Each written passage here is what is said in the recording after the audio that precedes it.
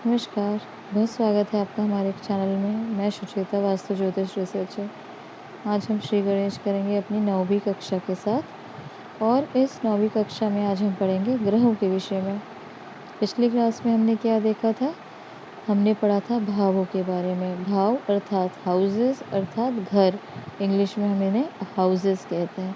देखिए अभी अब आप स्क्रीन में देख सकते हैं 12 भाव होते हैं या 12 घर होते हैं, और ये नंबर्स दिए हुए हैं जो 1 2 3 आप स्क्रीन में देख रहे हैं हर भाव का, वो है ये राशियाँ।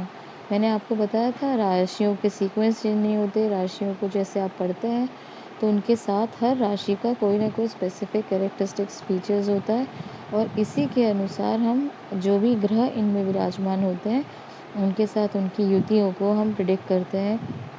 और ये भी बहुत महत्वपूर्ण है, ये भी हमने आपको बताया था कि हर भाव में ढाई 2.5 नक्षत्र होते हैं।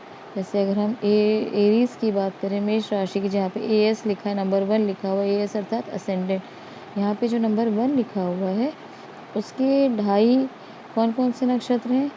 अश्वनी, भरणी और आधा है कृतिका। वैसे ही आप सेकेंड भाव में जाएंगे तो वो जैसे यहाँ 2 लिखा है वो वृषभ राशि है, जैसे हम टॉरस कहते हैं। उनके कौन से ढाई नक्षत्र हैं? वो है कृतिका, रोहिणी, मृगशिरा। इस तरीके से 27 नक्षत्र इन पूरे भाव में विराजमान होते हैं, और ये स्टैटिक होते हैं, ये मूव नहीं करते। ठीक है, जहाँ जहाँ ये जो भाव लिखे होंगे आपको इनके साथ में उनके नक्षत्र भी मिलेंगे, और ये फिक्स्ड होता है, इसके भी सीक्वेंस कभी चेंज नहीं होता है। एरीज के साथ पहला अगर है तो अश्वनी ही होगा, तो ये चीज़ आपको याद करनी पड़ेगी। 27 नक्षत्र को याद करना पड़ेगा। और अभी आप अपनी पत्री भी ले आएँ, जो आप पत्री अभी आप अपनी पढ़ेंगे तभी इन विषयों के साथ में आप कनेक्ट कर पाएंगे। देखिए जैसे मैंने बताया कि वैदिक ज्योतिष यानी जो भारतीय परंपरा में हम जिस ज्योतिष की मान्यता है उसमें मात्र 9 ग्रहों की हम जो है उपासना करते हैं, उन्हीं को हम अपने ज्योतिष में उनको स्थान देते हैं। इसलिए आपने बहुत सुना होगा नवग्रह पूजा, नवग्रह शांति, नवग्रह देवता। ये सब क्या है? नवग्रह, इन्हीं के बारे में हम बात करते हैं। और आप सुबह उठ के मॉर्निंग मंत्र भी चैंट करते होंगे सुबह सुबह। जो नवग्रह का मंत्र है, ब्रह्मा मुरारी सुप्रांतकारी भानु शशि वाला जो मंत्र है, जो आप रोज़ अपने सुबह दिनचर्या प्रारंभ करने के साथ में ग्रह शांति का मंत्र आप करते हैं। तो ये सारे मंत्र जिसको आपको बहुत ज़्यादा डिटेल में पढ़ना होगा, अभी हम आपको सिर्फ समझाने मात्र के लिए उनके को थोड़ा शॉर्ट करके समझाएंगे, क्योंकि हमको ये वीडियो समझाने के साथ आपको बेसिक कंसेप्ट ऑफ ज्योतिष जो आपको समझना बहुत आवश्यक है उसको पढ़ाने का प्रयास करेंगे। देखिए नवग्रह में सबसे पहला स्थान जो है राजा का, जो है सबसे प्रमुख, जो हम सौर्यमंडल कहते हैं या सोलर सिस्टम कहते हैं, इसका नाम ही सोलर है। सोलर यानी सूर्य देव का। तो सूर्य का ही सारी चीज़ों का सबसे ज़्यादा प्रभाव होता है। कई लोग गुरु को मानेंगे, कई लोग राहु केतु शनि आदि देवताओं को मानेंगे, परंतु ऐसा नहीं है। जिनके बारे में आप पढ़ रहे हैं वो है सूर्य देव के और उनसे जुड़े हुए उनके अंदर अधीनस्थ जो है ग्रहों के बारे में। तो आप कभी मत भूलिएगा कि सबसे प्रमुख हैं वो है सूर्यदेव, और वो राजा हैं, और उन्हीं के अंडर जो है सारे ग्रह आते हैं। जितना भी महत्वपूर्ण स्थान बाकी ग्रहों का है उनका भी स्थान कम नहीं है, इसीलिए इनको नवग्रहों की जो बहुत ज़्यादा श्रेष्ठ स्थानों में रखा गया है। परंतु ये आप देखिएगा कि सूर्य को हम अगर प्रबल देखते हैं तो इसको हम सबसे शुभ मानते हैं, इसीलिए सबसे महत्वपूर्ण जहाँ सूर्य देवता उच्च होते हैं एरीज, इसलिए उसका नंबर 1 है। एरीज का स्थान नंबर 1 क्यों है, नंबर 2 क्यों है, ये भी तो आपको समझना होगा। तो सूर्य के उच्च होने के कारण नंबर 1 मेष राशि है। वहीं अश्वनी के जो देवता हैं वो अश्वनी कुमार है। यहाँ पे पुनः ये अश्वनी कुमार जो है सूर्य देवता के पुत्र हैं। तो इसी तरीके से आपको समझना होगा और ये प्रमुखता से समझना होगा। और उसके बाद हम देखते हैं सूर्य, चंद्र, मंगल, बुध, गुरु, शुक्र, शनि, राहु, केतु। इस तरह से हम नवग्रह को देखते हैं और समझते हैं। और जब आप इसको समझेंगे तो आपको थोड़ा सा भाव को और रिकॉल करना पड़ेगा। अभी तक आपने देखा भाव में जो हम देखते थे, क्या देखे? जन्म से लेके मृत्यु तक की यात्रा, या आप इसको आसान सब शब्दों में कह सकते हैं जीवन के 12 पड़ाव। जो आपका देखें तो जन्म कैसा होगा, आप कैसे होंगे, आपके बाल कैसे होंगे, आपका स्किन टोन कैसा होगा, आपका शरीर कैसा दिखेगा, आपके पास धन की क्या परिस्थिति होगी, आप इंट्रोवर्ट हैं, पेसिमिस्ट हैं कि एक्सट्रोवर्ट हैं, एक्सट्रीमिस्ट हैं, किस प्रकार का आपका नेचर होगा, आपको घर का कैसा सुख मिलेगा, आपके पास आपकी माता का किस प्रकार से सुख है जीवन में, संतान सुख है, विद्या सुख है कि नहीं है, आपके रोग शोक शत्रु का क्या स्थिति है जीवन में, वैवाहिक जीवन किस प्रकार से रहेगा, वहीं मृत्यु आपकी किस प्रकार की होगी, आपको अकल्ट का नॉलेज होगा कि नहीं, दूसरों की संपत्ति के बारे में आपका क्या आपके जीवन में प्रभाव पड़ने वाला है, वहीं धर्म, आपके पूर्वज, आपका जो है भाग्य के साथ में वहीं कर्म 10th हाउस है, आपका कर्म कैसा करेंगे, कर्म के साथ में आपकी क्या क्या चीज़ें जुड़ी हुई होंगी, लाभ हानि आदि के विषय में आप 12 भावों को देखते हैं। और ये ब्रह्मांड को 360 डिग्री अर्थात 360 डिग्री में पूरी तरह से आप इसको डिवाइड करते हैं, ये 12 भावों को, ठीक है। और हर भाव 30 डिग्री का होता है, ठीक है। एक एक जो आप देख रहे हैं, हाउस देख रहे हैं, वो 30 डिग्री का होता है। और यही आपको पता चलता है जब आप किसी की चार्ट देखते हैं, पत्री देखते हैं नॉर्थ इंडियन स्टाइल में, तो इसी में आपकी कौन सी दिशा है, कौन सी दिशा में व्यक्ति क्या कर्म करने वाला है, उसकी कौन सी दिशा में उसका विवाह होगा, कौन सी दिशा में उसकी जॉब लग सकती है, ये सारी चीज़ों को भी कैरेक्टरिस्टिक्स फीचर्स आपकी लाइफ में किस प्रकार के, यहाँ तक कि आपको कौन से जेम्स, कौन से क्रिस्टल धारण करने चाहिए। हो सकता है बहुत सारे क्रिस्टल्स या जेम्स बहुत शुभ होते हैं, लेकिन वो आपके साथ जाते हैं कि नहीं, आपके साथ अच्छा बुरा किस प्रकार का होगा, मित्र शत्रु, अंक कौन सा आपके लिए फेवरेबल, व्यवसाय कौन सा फेवरेबल है, आपको कौन से प्लांट्स की उपासना करनी चाहिए, कौन सा आपके लिए ग्रहों का आपका क्या आपके ऊपर प्रभाव पड़ने वाला है, उसी को हम आगे अब देखने वाले हैं। क्योंकि ये राशि में तो आपने भावों में समझ लिया कि किस प्रकार से जीवन की सारे 12 भाव जो हैं, 12 पड़ावों को तो आपने समझ लिया कि किस प्रकार से कौन सा कहाँ रखा हुआ है भाव और किस प्रकार से उस राशि का क्या जीवन में प्रभाव पड़ता है। अब आप देखेंगे कि ग्रह जो हैं जैसे सूर्य, चंद्र, मंगल, बुध, गुरु, शुक्र, शनि, अब उनका आप जहाँ ये बैठेंगे वो स्थान हो जाएगा एक्टिवेट, ठीक है।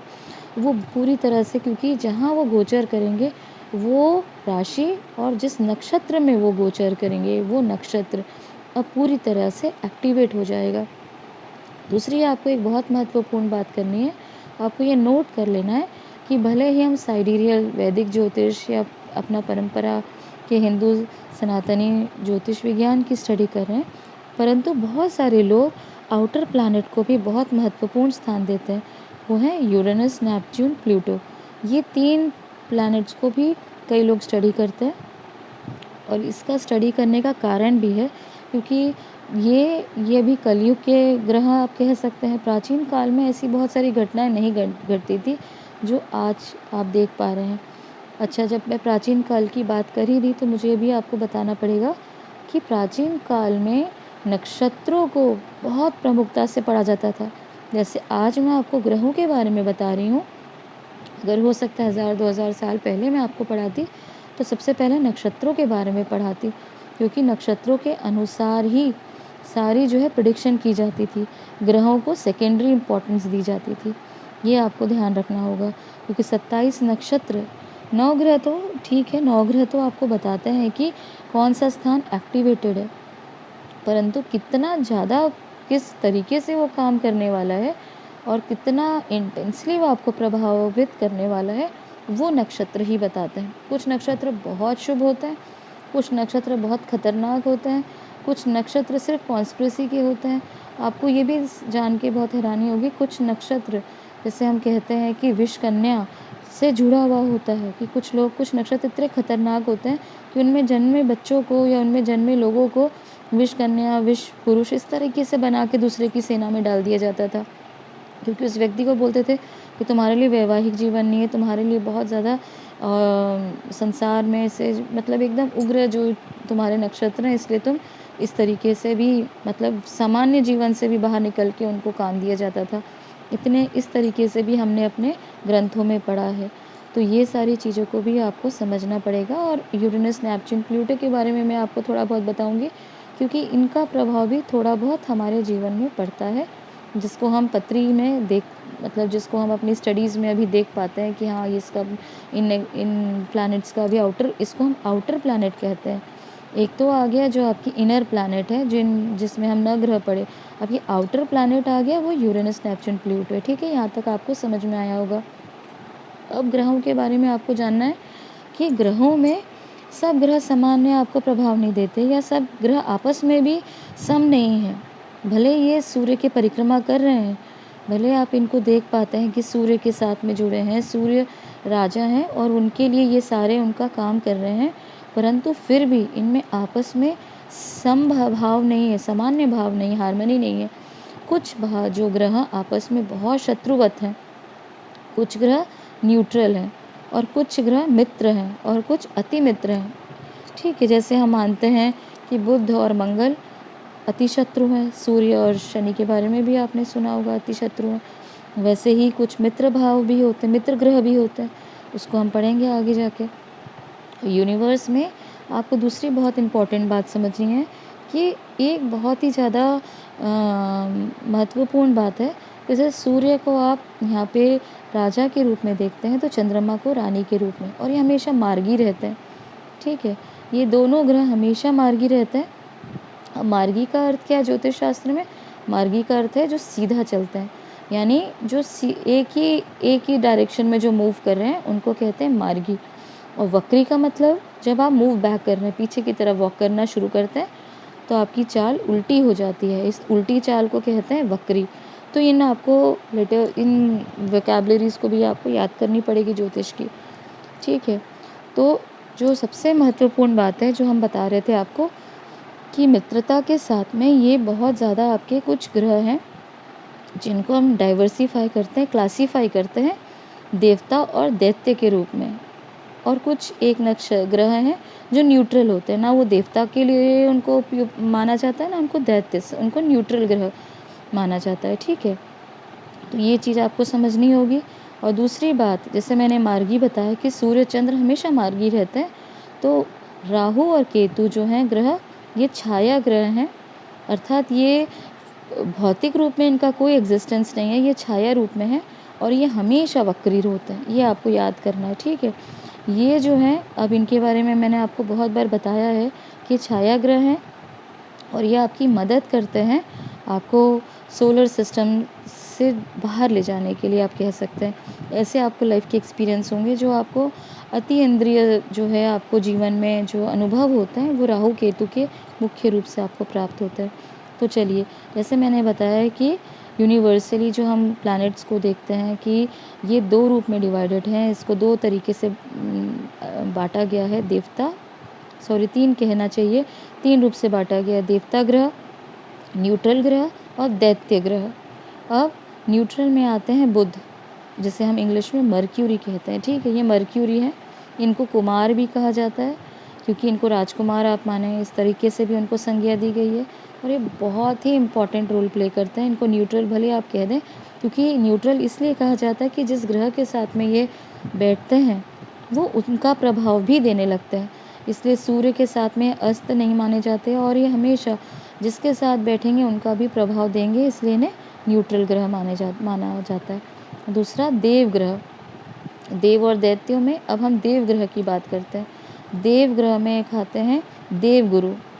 अब देखिए, यहाँ दो तरीके से ये क्लासीफाई किए गए हैं, इनको आप दो तरीके से समझ सकते हैं, एक गुरु और एक सेनापति। जैसे सेना में आपकी सेना है, आपके सेना में एक राजा है, रानी है और कुमार हैं। तो राजा है सूर्यदेव, रानी है चंद्रमा और कुमार है बुध। अब इनकी सेना में है गुरु। तो दैत्यों के अगर आप बात करें तो दैत्य गुरु शुक्राचार्य, और देवताओं के अगर गुरु हैं तो वो है देवगुरु बृहस्पति। तो समझ में आ गया। अब इनकी सेनापति, क्योंकि राज्य बिना सेना के कैसे संभव है, तो सेनापति जो लड़े, आपकी बात रखे, शत्रुओं से आपको सुरक्षित रखे, तो सेनापति ग्रह भी दोनों ही आपको देखना पड़ेगा कि दोनों ही दैत्यों के टोले में भी सेना है और देवताओं के साथ में भी सेना है। दैत्यों की जो सेना है वो है शनिदेव, और देवों की जो सेना है वो है मंगल। अब जो ये जहाँ बैठे होंगे वैसा वैसा प्रभाव आपको प्रोवाइड करेंगे। ठीक है, अब यहाँ पे तो ये चीज़ें ठीक है, हम दैत्य और देव समझ गए, परंतु आपको ये भी समझना होगा, ये बहुत ज़्यादा गहरी बात है कि राहु केतु एक पोर्टल की तरह काम करते हैं और इन्हें एक इसलिए क्योंकि आपको भौतिक जीवन में आपको कहना चाहिए कि आपके जीवन से आपको जो सूर्यमंडल से, ठीक है, आप कर्मों की आप जैसे कर्म कर रहे हैं फल प्राप्त कर रहे हैं, आप फिर अभी जो कर्म करेंगे उसका अगले जन्म में आपको फल मिलेगा। आप अच्छा कर रहे हैं, बुरा कर रहे हैं, चोरी कर रहे हैं, दान कर रहे हैं, जो भी आप करेंगे उसी के अनुसार आपको फल प्राप्त होंगे, ठीक है। और इसी को हम देखते हैं, जो मैं आपको बताई, आप चार्ट पढ़ के आ रहे हैं। Chart, what is the chart? ये बर्थ चार्ट है आपके पास्ट लाइफ के कर्मा। आप फ्री विल करें, और ये फ्री विल क्या होता है? अभी इस जन्म में अच्छे कुछ कर्म कर लें जो रेमेडीज़ के रूप में, रेमेडीज़ की तरह आप इसको यूज़ करके इन कर्मों से आप बाहर निकल सकते हैं, इनसे आप मुक्ति पा सकते हैं। राहु केतु क्या है? ये एक दो तरीके से आप पोर्टल की तरह समझें, और ये पोर्टल है जो आपको सौरमंडल के जो आप कर्म की जो साइकिल है इससे मुक्ति दिलाने का काम ना शनि कर सकते हैं, ना मंगल कर सकते हैं, ना गुरु कर सकते हैं, ना शुक्राचार्य कर सकते हैं, कोई नहीं कर सकते, क्योंकि वे स्वयं इस सोलर सिस्टम में फंसे हुए हैं। अगर आपको सोलर सिस्टम के बाहर जाना है, जैसे हमने सुन पढ़ा होगा, आपने सब ने गायत्री मंत्र आप सबको याद होगा, तो भू भुव स्व महाजना, इस तरह से जो लोक हैं, अलग अलग लोक हैं, इन लोकों में आपको प्रवेश करना है, तो आपको राहु केतु का ही आपको जो है संयोग के कारण, इन्हीं इसीलिए इनको इतना खतरनाक माना जाता है। जो आपको बाहर निकाल ले, जो आपको आपके सामान्य जीवन से जो ट्रांसम्यूट कर सके, ट्रांसफॉर्म कर सके आपके जीवन को, अलग तरीके से खतरनाक चेंजेस ला सके, उससे सब लोग डरते हैं। और इसीलिए इतना खतरनाक चेंज लाने के कारण शनि राहु केतु सारे ही जो है बदनाम ग्रह हैं, या इनको जैसे कि आप कह सकते हैं कि इनके लिए गलत ही कहा जाता है।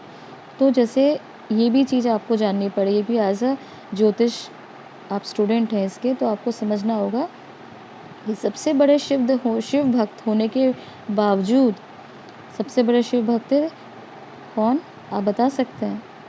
सबसे बड़े शिव भक्त थे बृहस्पति। नहीं, देवगुरु बृहस्पति सबसे बड़े शिव भक्त नहीं थे।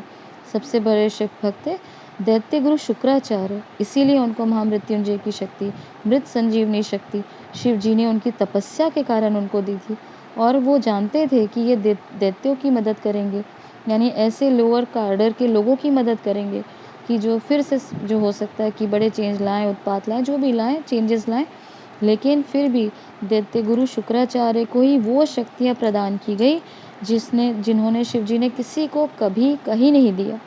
देवगुरु बृहस्पति को भी जिसका हक नहीं है, वो है मृत संजीवनी और महामृत्युंजय की शक्तियों को भी शुक्राचार्य जी को दिया गया, ठीक है। ये आपको समझना होगा। उसके बाद सबसे बड़े शिव भक्त का नाम कौन सा आता है? वो है ग्रहों में शनिदेव।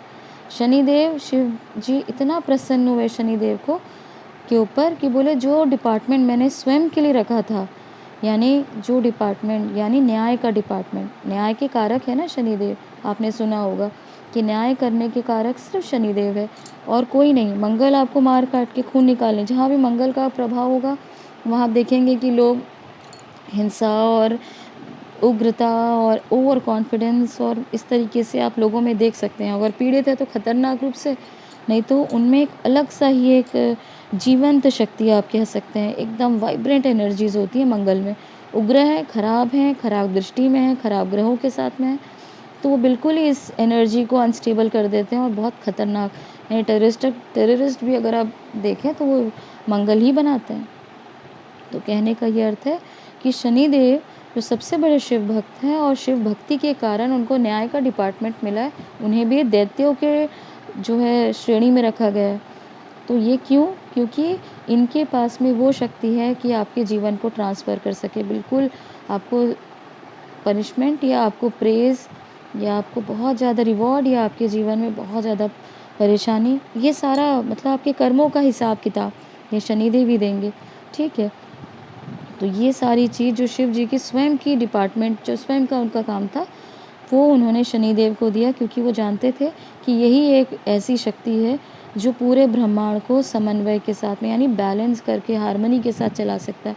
अब मान लो कोई गलत कर रहा है, वो करते ही जा रहा है और वो सोच रहा है कि उसको कोई देखने वाला नहीं है, वो जो भी अंधाधुन गलत काम कर रहा है या अच्छा काम कर रहा है, उसको अगर कोई रिवॉर्ड नहीं मिले, कोई पनिशमेंट ना मिले, तो जीवन में आपको कैसे स्टेबिलिटी यानी ये जो है बैलेंस कैसे क्रिएट होगा प्रकृति में। आज जो उत्पात आप देख रहे हैं, इतनी भीषण गर्मी, इतना अभी आप पानी देख रहे हैं, मैंने पिछली वीडियो में बताया था कि जल तांडव होने वाला है अगले कुछ कुछ दिनों के लिए, 2 तारीख तक। क्यों होने वाला है? क्योंकि हम इतना ज़्यादा मनुष्यों ने प्रकृति के साथ खिलवाड़ कर दिया कि उसका रिज़ल्ट ही हमको मिल रहा है। यही हमारे कर्मों का दंड है, जो आज हम देख रहे हैं। तो इसको यही सारी चीज़ें जो हैं हमको प्राप्त होती हैं। दूसरा एक बहुत ज़्यादा महत्वपूर्ण बात जो मैं आपको हमेशा याद दिलाती हूँ कि शुक्राचार्य एक ऐसी शक्ति है जो आपको डिटैच भी करती है, भोग से मोक्ष की तरफ लेके जाती है। और ये कोई और ग्रह नहीं कर सकता। जब तक आपके मन में भोग की, अगर आपकी इच्छा, आप मर रहे हैं और आपके अंदर अरे थोड़ा-सा मुझे बढ़िया सा कुछ खाने को मिल जाता, या मुझे ये जीवन में यहाँ काश घूम लेता, या मुझे कब जीवन में कुछ भी आपकी इच्छा रह गई, मान लीजिए जो भी आपकी कुछ इच्छा है, उन इच्छाओं के साथ अगर आप जा रहे हैं, तो निश्चित रूप से आप भोग के साथ वापस यहीं कर्मों के साथ सोलर जो है अपने सूर्यमंडल में ही फँसे रहेंगे। तो भोग के साथ मोक्ष की जो चीज़ यात्रा है, वो शनिदेव से सॉरी शुक्राचार्य से ही। भोग अर्थात यहाँ पे भोग का अर्थ मेरे मैं जो आपसे कहना चाहती हूँ, वो है कि कंटेंटमेंट, सैटिस्फैक्शन। आपको जीवन में हर तरीके से कंटेंटमेंट ना हो। जीवन में आपने वैवाहिक सुख ले लिया, आपने जीवन में भोजन का सुख ले लिया, आपने जीवन में हर चीज़ का सुख ले लिया, और अच्छी चीज़ें, अच्छे कपड़े पहन लिए, अच्छी गाड़ियों में आपने घूम लिया, उसी के बाद तो आप मोक्ष की तरफ बढ़ेंगे। अगर मन में आपको रह गया कि अरे मुझे तो अच्छी गाड़ी चाहिए थी, अरे मैंने तो इस इतना सुंदर जो है कपड़ा, कभी फैब्रिक पहना ही नहीं, मुझे तो ये कपड़ा पहनना था, तो आप कैसे मोक्ष को प्राप्त करेंगे? तो असंभव है। तो ये शुक्राचार्य प्रदान करते हैं। और वहीं डिटैचमेंट भी आपको देते हैं आपको शनिदेव, क्योंकि धीरे धीरे जब आप शनि की शक्तियों को पहचानने लगते हैं, आपके जीवन में परिवर्तन आने लगते हैं। तो इसको भी आप देखें कि मैं हमेशा कहती हूँ कोई ग्रह बुरा नहीं होता। अगर इस तरह से आप देखेंगे कि ये तो जीवन में ट्रांसफॉर्मेशन लाते हैं, अरे आपको रिवॉर्ड मिल गया, आपको अच्छी जॉब मिल गई, आपको रिवॉर्ड मिला तो कैसे मिला? शनिदेव की कृपा से। आपको अच्छा पद मिला। अब जैसे आप देखें मनमोहन सिंह जो थे, एक एग्ज़ाम्पल से आप समझने का प्रयास करिए। मनमोहन सिंह कब तक थे जो है पीएम? जब तक उनकी शनि की साढ़े साती रही। वहीं महेंद्र सिंह धोनी कब तक वो अपने कैप्टन रहे? जब तक उनकी साढ़े साती रही। और ऋतिक रोशन की तो तभी पिक्चर चलती है जब साढ़े साती या ढैया होती है। तो ये क्या है? क्योंकि उसके पास्ट लाइफ कर्मा है। और कई लोग अपनी साढ़े साती को लेके इतना तांडव मचाते हैं, तांडव, साढ़े साती शुरू होने वाली है, साढ़े साती लग चुकी है। अरे शनि की साढ़े साती तो आपको रिवॉर्ड और पनिशमेंट का जो है वो आपको जो इंटेंसिटी बढ़ा देगा, जीवन में जो किया अच्छा या बुरा उसका फल बढ़ा देगा। अब वो कैप्टन बन गए तो क्या बुरा हुआ? या पीएम बने रहे, या एक के बाद हिट पे हिट जो है ऋतिक रोशन की तभी लगी, या उनको रिकॉग्निशन तभी मिली जब उसकी साढ़े साती आई या ढैया आई। तो कहने का ये अर्थ है कोई भी ग्रह खराब प्रभाव नहीं देता। अगर आपको जैसे बृहस्पति देव क्या करेंगे, आपको बहुत ज़रूरत की चीज़ें मिलेंगी, बेसिक नेसेसिटी जिसे कहते हैं, खाने के लिए रोटी अचार, या घूमने के लिए साइकिल, या आपको बहुत ज़्यादा चाहिए सोने के लिए तो एक चारपाई। लेकिन वहीं अगर शुक्राचार्य आपके एक्टिवेटेड है तो खाने के लिए 56 भोग, घूमने के लिए एसी की गाड़ियाँ, और बड़ी-बड़ी जो है प्लेन, और जो आप चाहते हैं आपकी पर्सनल जेट, पर्सनल आपका विमान, इस तरीके से सारे सुख और वैभव आपको कौन देता है? शुक्राचार्य। वहीं आप इन्हें कैसे कह सकते हैं खराब? क्योंकि ये जीवन में आपके बड़े ट्रांसफॉर्मेशन लाते हैं। तो इसीलिए इनसे लोग डरते हैं और इनको खतरनाक नाम दिए जाते हैं। इनके दैत्य और देवता कहने का एक और कारण होता है इनकी राशि, जिस पर हम आपको जब इसका और डिटेल में जब पढ़ाएंगे तब इसके बारे में आपको बताएंगे। ठीक है। उसके साथ हम देखते हैं कि जीवन में आप देखें जितनी भी स्पष्टता आप प्राप्त करेंगे, जैसे कि आपको जब ग्रहों के बारे में मैं बता रही हूँ, तो जीवन में आप वापस अगर आप देखें, या जैसे अभी आप स्क्रीन में देखें, तो माता पिता को हम मानते हैं कि सबसे ऊंचा स्थान दिया जाता है। ठीक है। और शास्त्रों में ऐसा माना गया है सतयुग में कि माँ और पिता का कोई स्थान वापस नहीं ले सकता। अगर माँ पिता हैं तो आपको सारा माता और पिता का आपको जीवन में सारा जो है आपको जो सुख है वो कोई दूसरा व्यक्ति हो ही नहीं सकता। दूसरी माँ, दूसरा पिता आपके लिए कोई नहीं बन सकता। ये सतयुग की बात थी। कलयुग में एक्सेप्शंस आर ऑलवेज देयर कहा जाता है ना, कि हर चीज़ का एक एक्सेप्शन होता है। तो कलयुग में अब ये चीज़ नहीं देखने को मिलती, परंतु फिर भी माँ, इसीलिए सतयुग से जो आप ज्ञान प्राप्त कर रहे हैं, या प्राचीन ज्ञान जो है, सूर्य और चंद्र, इनका एक ही घर है, इनका एक ही इनका स्थान है, एक ही इनको राशि बोल सकते, हाउस जैसे हम कहते हैं, एक ही हाउस है इनका। और बाकी सारे जैसे मंगल है, बुध है, शुक्र है, शनि है, इन सब के 2-2 घर हैं। जैसे कि अब देखेंगे आप, जैसे बुध के हैं 2 ग्रह, 3, 6, वैसे ही हर बाकी जो हैं सबके 2-2 ग्रह हैं, शनि के भी 2 ग्रह हैं, 10-11। तो ये सारे ही आप देखें, बाकी सबके आपके 2-2 ग्रह हो सकते हैं। आपके फ्रेंड्स, आपके पैसों का कारक आपका 2 हो सकता है, पढ़ाई के कारण 2 हो सकते हैं। जैसे अभी हम ग्रहों की बात करें, जैसे सूर्य मैंने आपको बताया ये राजा है, इन्हीं से आपको सरकारी जॉब और जितने भी आपको सरकारी बेनिफिट और आपके जो है पुश्तैनी जो आपको बेनिफिट्स प्राप्त होते हैं, ये सूर्य के साथ आप देखते हैं। और सूर्य के साथ में बहुत सारे आप जो लाइफ में आपकी हायर सिचुएशन कैसी है, आपका उच्चा जैसे कि इसको क्या कह सकते हैं, आपका हायर सेल्फ कैसा है। अगर आप बहुत ज़्यादा साधना में हैं, आप बहुत ज़्यादा मतलब स्पिरिचुअली आप ब्रेस्ड हैं, तो आपका सूर्य प्रमुख रहेगा। सूर्य में एक आपको आप देखेंगे कि सूर्य बहुत अच्छा प्रभाव देने वाला रहेगा। और अगर आप बहुत भौतिक जीवन में आप इंडल्ज हैं, तो आपको वहाँ से फिर आपके जीव का कारक गुरु को देखना पड़ेगा। वैसे जनरली हम जीव कारक गुरु को मानते हैं, लेकिन जिनका जो असेंशन के मार्ग में है, स्पिरिचुअलिटी के मार्ग में, उनके ऊपर हम सारी चीज़ों को सूर्य की लगा कर देखते हैं, क्योंकि सूर्य एक बहुत ही ज़्यादा एक इल्यूमिनेटेड ग्रह है, जो पूरे पूरे पूरे ब्रह्मांड को प्रकाशित करते हैं ज्ञान से। हर प्रकार के जो जीवन में आपको इल्यूमिनेशन की आप बात करें, वो सूर्य से ही प्राप्त होती है। और सूर्य अगर आपके बहुत अच्छे हैं, तो निश्चित ही आपके राहु और केतु भी आपको अच्छा जो आपको ट्रांसफॉर्मेशन देने की जो है परिस्थिति आगे रखते हैं। तो देखिए, वापस हम अपने यहाँ से देखते हैं किसके बाद, चंद्रमा। चंद्रमा माँ का कारक है, चंद्रमा मन का कारक है, चंद्रमा जल का कारक है, लिक्विड फॉर्म का कारक है। और चंद्रमा आप दिखाता है कि आपको कंफर्ट कैसा मिलेगा, आपको जीवन में आपके जीवन के जो है सुख का कैसा कारण होगा, माँ से जुड़े हुए आपको सुख कैसे मिलेंगे। तो ये है चंद्रमा के विषय में, बहुत ज़्यादा डिटेल में है। हम बहुत शॉर्ट में आपको इनको एक एक दो दो लाइनें बताने का प्रयास करेंगे, कि ये बेसिक चीज़ें तो आपको पता होनी ही चाहिए। और इसी के साथ में जैसे आप बेसिक चीज़ों को समझ लेंगे, तो कम से कम आप अपनी चार्ट को निकाल के, पत्री को निकाल के, थोड़ी बहुत ही चीज़ें आप निकाल के उसको समझने का प्रयास करेंगे। क्योंकि यही चीज़ें जो हैं आपको, जब इसमें आप बहुत गहराई में उनके कैरेक्टरिस्टिक्स, उनके फीचर्स, उनका प्रभाव, उनका नेचर आप पढ़ेंगे, तो आप अपने बारे में और डिटेल में, जैसे आप जिनकी पत्री लेकर बैठे हैं, उनके बारे में बहुत डिटेल में आप प्रिडिक्शन कर पाएंगे। ठीक है, लेकिन हमारा भी यहाँ उद्देश्य है कि आपको कम से कम एक इंट्रोडक्शन ऑफ प्लैनेट्स, यानी ग्रहों के जो मुख्य हैं इंट्रोडक्शन, उसको दे पाएँ। दूसरा हम देखते हैं, नेक्स्ट है बुध। बुध समझ में ही आ रहा है कि बुद्धि के, इंटेलेक्ट के, विजडम के, आपके पैसों से जुड़ा हुआ मनी मैटर, मनी ट्रांसफॉर्मेशन, जब पैसा लेन देन करते हैं, वो बुध बताता है। सोशल मीडिया से भी जुड़ा हुआ है। और जैसे आप ट्रांजैक्शन करते हैं, बातचीत आप कैसे करते हैं, बहुत फास्ट आप बात करते हैं, बहुत जल्दी जल्दी आप बातें करते हैं, मतलब आपका बुध बहुत एक्टिवेटेड है।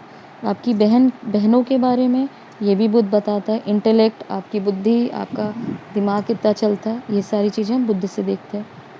मंगल से आप पराक्रम को देखते हैं, आपके कॉन्फिडेंस को देखते हैं, कि आपका जितना आपकी एक्टिविटी कैसी है। और मंगल अगर पीड़ित है, तो हो सकता है कि आप में उतनी एक्टिविटी नहीं हो। एक स्पोर्ट्समैन है, कि आप एक मार्शल एनर्जी को लेके चलते हैं, कि किस प्रकार की आपकी एनर्जी है, वो मंगल दर्शाते हैं। वहीं भाई का कारक भी मंगल होते हैं।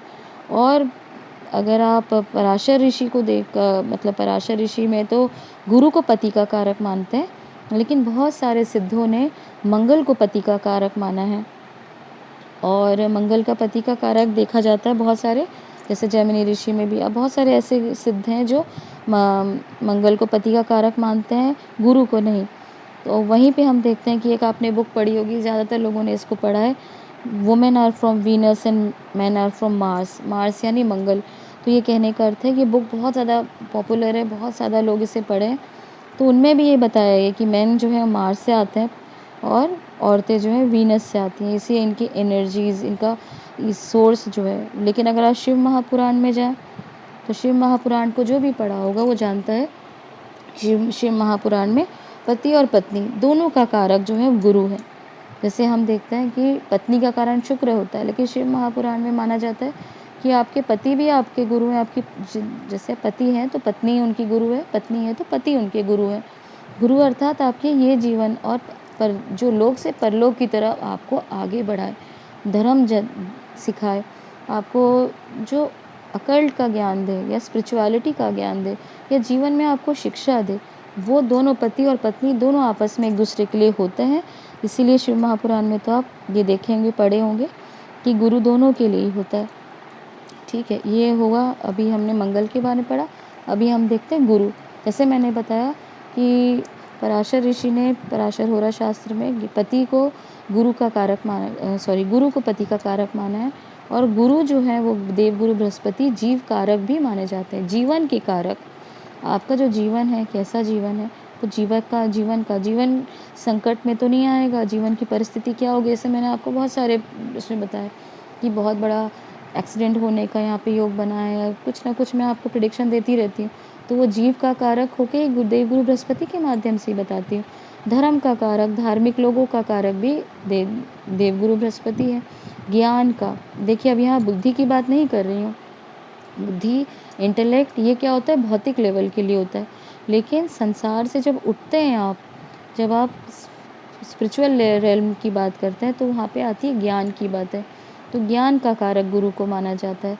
और बेसिक नीड्स, ठीक है, आपको 2 टाइम की रोटी मिलेगी, मोटा कपड़ा मिलेगा, मोटा अनाज मिलेगा, ये बेसिक नेसेसिटी। क्योंकि एक साधु को क्या चाहिए, साधु को बहुत ज़्यादा लग्जरियस लाइफ नहीं चाहिए, बहुत ज़्यादा फैंसी लाइफ नहीं चाहिए, बहुत संपत्ति, बहुत ज़्यादा धन वैभव, ये गुरु को नहीं चाहिए। अगर ऐसा गुरु है तो कलयुगी ही होगा वो फिर। लेकिन बेसिकली जो सिद्ध है, महात्मा है, जो साधना के मार्ग में है, वो उनको बेसिक मोटा खाना, मोटा अनाज, मोटा कपड़ा, उनके लिए वही उनका सुख का सोर्स है, उनको सदा उनकी आवश्यकता नहीं है। परंतु वहीं शुक्राचार्य के साथ देखें, दैत्य गुरु शुक्र जो है, शुक्र ग्रह क्या देते हैं, सुख, वैभव। और इसको वैभव का जितना भी संपत्ति का, पत्नी के सुख का कारक माना गया है शुक्राचार्य को, वैवाहिक सुख का कारण माना गया है। आपके पास धन संपत्ति विलासिता जिसे आप कहते हैं, उसका कारक है शुक्र। अगर शुक्र अच्छा है तो आप जो चीज़ की इच्छा करेंगे वो कल्प वृक्ष की तरह पूरा होता ही है, यह एकदम निश्चित है। वहीं ग्लैमरस, अगर बहुत ज़्यादा ग्लैमर आप चाहते हैं अपने जीवन में, तो वो भी आपको इच्छा पूर्ति करता है। उसके बाद देखते हैं हम शनिदेव की तरफ। शनिदेव सेवा का और सेवक का दोनों का कारक होते हैं, न्याय के देवता है ये, ठीक है। मैंने अभी आपको बताया कि शिव जी ने उनको अपना विभाग दे दिया, क्योंकि उन्होंने इतनी उनमें जो है प्योरिटी थी, और न्याय के जो जज बनने का, न्यायाधीश बनने का उनमें जो गुण था और किसी में नहीं था। तो इन्होंने, भगवान शिव जी ने इनको न्याय का कारक, न्याय के देवता के रूप में इनको स्थापित किया। वही कर्मों का जो फल देने का कारण, और ये लॉन्ग टर्म बेनिफिट देते हैं, लॉन्ग टर्म चीज़ें आपको देते हैं, शनि धीरे धीरे, इसलिए इनका नाम शनि पड़ा, ठीक है। अब देखते हैं हमने यहाँ पे बेसिक इंट्रोडक्शन ग्रहों की पूरी कर ली, ठीक है। ये बेसिक इंट्रोडक्शन हमने ग्रहों का देखा। अब इसमें क्या होता है, कॉम्बिनेशन, या एक दूसरे के ऊपर इनका प्रभाव, क्या प्रभाव पड़ता है। ये एक साथ में बैठे तो क्या होगा, ये एक साथ 3 ग्रह बैठते हैं तो क्या होता है, एक साथ 4 ग्रह बैठते हैं, चतुर्ग्रही योग बन गया तो क्या होगा, षडग्रही योग बन गया तो क्या होगा, आपस में जो इनकी दृष्टि पड़ गई तो क्या होगा, कौन से स्थान में बैठ गए, गुरु अगर मेष में है, अगर या शुक्र अगर स्वग्रही है, ये सारी चीज़ों को भी हम आगे प्रिडिक्ट करते हैं। नेक्स्ट इम्पॉर्टेंट चीज़ होती है डिग्री। डिग्री को आप डिवाइड करते हैं, जैसे मैंने बताया कि 360 जो डिग्री है ब्रह्मांड की, जैसे आपने आप देखिए, ये ब्रह्मांड है, ये ब्रह्मांड जिसको आप स्क्वायर में देख रहे हैं, एक्चुअल में इसको हमने ब्रह्मांड को ही 12 भागों में बांटा है। अब इसको हम अगले वीडियो में आपको समझाने का प्रयास करेंगे, डिटेल है काफ़ी ज़्यादा, इसकी ड्राइंग के साथ आपको बना के समझाएंगे कि ब्रह्मांड को 12 भाग में बांटा गया। और ये 360 डिग्री यानी पूरा गोल है, मतलब इसको हम स्फेरिकल मान रहे हैं, ठीक है। अब उसको आप 12 भागों में आप बांटेंगे, तो एक एक स्थान को एक मतलब आप इसको मान लिए कि ये सर्कुलर फॉर्म में इसको आप देखते हैं, और 360 में इसको आप डिवाइड करेंगे 12 ग्रहों को, 30 डिग्री एक एक राशियों को पड़ती है, एक एक भावों को मिलती है, ठीक है। अब इसमें जो है इसकी डिग्रीज़ के अनुसार इनके इफ़ेक्ट को देखा जाता है, 0 से 6 तक, 0 से 6 तक इसको माना जाता है, 0 से 6 डिग्री तक इसको बाल अवस्था में माना जाता है। 6 से 12 टीनेज की अवस्था कह सकते हैं, 12 से 18 यौवन अवस्था, 18 से 24 अधेड़ अवस्था, 24 से 30 वृद्धावस्था। अब जब जब व्यक्ति जवान होता है 12 से 18 डिग्री में, तो वो फुल फॉर्म में रहता है। ऐसा हमारा ज्योतिष में पूरा जो पराशर ऋषि के माध्यम से हम इसको पढ़ते हैं। परंतु जब आप डिग्री पर जब आप बहुत ज़्यादा डिग्री में ही काम करेंगे ना, तो आप देखेंगे हर डिग्री का एक प्रभाव है। ऐसे ही कोई डिग्री नहीं है, और ऐसे ही यौवन अवस्था, अधेड़ अवस्था, वृद्धावस्था, बाल अवस्था, ये चीज़ें बहुत ज़्यादा एक एक डिग्री काम करती है। इसकी डिग्री बहुत, मतलब कौन सी 18 डिग्री है, 15 डिग्री है, 12 डिग्री है, तो क्या इसका प्रभाव पड़ेगा वो स्पेसिफिकली आपको बताता है। तो ये चीज़ें भी आपको समझना पड़ेगी, लेकिन मोटे रूप में हम डिग्री को उम्र के साथ में डिवाइड करते हैं। कहते हैं कि बाल अवस्था में तो वो कम प्रभाव देगा, वृद्धावस्था में तो फिर वो कम आपके ऊपर इफ़ेक्ट करेगा, और 12 से 6 या 18 से 24 है तो ये आपको मीडियम इसका प्रभाव मिलेगा। इस तरीके से हम देखते हैं इसको, जो पराशर ऋषि होरा शास्त्र में डिग्री को सबसे इम्पोर्टेंट डिग्री मानी जाती है 12 से 18। ठीक है, ये चीज़ आप समझ गए। अब आप देखेंगे दृष्टि। जब ये ग्रह बैठते हैं तो हर ग्रह की दृष्टि होती है, हर ग्रह देखते हैं कोई ना कोई स्थान को। ठीक है, मुख्य रूप से इनकी 7वीं दृष्टि सबकी होती है, सूर्य की भी है, चंद्रमा की भी है, सभी ग्रहों की 7वीं दृष्टि होती ही है। ठीक है, कुछ ग्रहों की 3 दृष्टियाँ होती हैं। ठीक है, 3 दृष्टि में मंगल की जो दृष्टि है वो 4, 7, 8 है, राहु और गुरु और केतु, इनकी भी 3 दृष्टि है, वो है 5, 7, 9, और शनिदेव की दृष्टि है 3, 7, 10। ठीक है, ये दृष्टियाँ हैं। जब ये दृष्टियों का प्रभाव पड़ता है तो आप कहते हैं कि ये इस स्थान पे दृष्टि गई है, अर्थात इसका ये प्रभाव होगा। ये बैड इन्फ्लुएंस में है, गुड इन्फ्लुएंस में गुरु है तो अच्छा ही मानेंगे 5, 7, 9 में। अगर राहु केतु शनि है तो मानेंगे कि इसका कुछ ना कुछ प्रभाव खराब खतरनाक पड़ने वाला है, क्योंकि वो ट्रांसफॉर्मेशन लाने वाले हैं, बहुत बड़ा चेंज लाने वाले हैं। और चेंजेस किसी को पसंद होता नहीं, इसलिए उनको बदनाम किया जाता है कि यार ये बहुत ही बुरा होने वाला है। परंतु ट्रांसफॉर्मेशन होगा और चेंजेस आएंगे। इस तरीके से आपके जीवन में जहाँ दृष्टि पड़ेगी उसका फल ज़्यादा या कम होगा। अब वो दृष्टि के अनुसार हम इसके ऊपर देखते हैं। तो मुझे लगता है कि आपको ये बेसिक चीज़ें समझ में आई होगी। ग्रह और ग्रहों के साथ, नवग्रह के साथ में आपने अभी दृष्टि पढ़ी, डिग्रियों को देखा, बेसिक जो है मित्र और शत्रु देखा, साथ ही साथ ऑपोजिट ग्रह में आपने ये देखा कि कौन से ऑपोजिट ग्रह कैसा फल देते हैं। तो ये चीज़ हमने आपको इंट्रोडक्शन के माध्यम से देने का प्रयास किया। अगले जो वीडियो में हम अगर कुछ भूल गए तो उसे कवर करेंगे, नहीं तो नक्षत्रों की तरफ जाएंगे। मुझे लगता है ये ओवरऑल आपको बेसिक में जो है ग्रहों की जो चीज़ें कवर हो गई होंगी। अभी हम ग्रहों के साथ में कॉम्बिनेशन को नहीं ले जाएंगे, क्योंकि ग्रहों के कॉम्बिनेशन बहुत डिटेल में होते हैं। ग्रहों का इफ़ेक्ट ही एक एक स्थान पे बहुत ज़्यादा गहरा अलग अलग होता है, तो ये बहुत ही ज़्यादा एक खतरनाक गहरा विषय हो जाएगा। तो अभी हम इसके बाद में चर्चा करेंगे नक्षत्रों के बारे में, नक्षत्रों का, क्योंकि यही सब कुछ मेन स्थान होते हैं जिससे आप जो है स्टडी करते हैं। और बेसिक जो है, जो इसका प्रभाव है ज्योतिष में भविष्यवाणी करने का ये कारण होता है।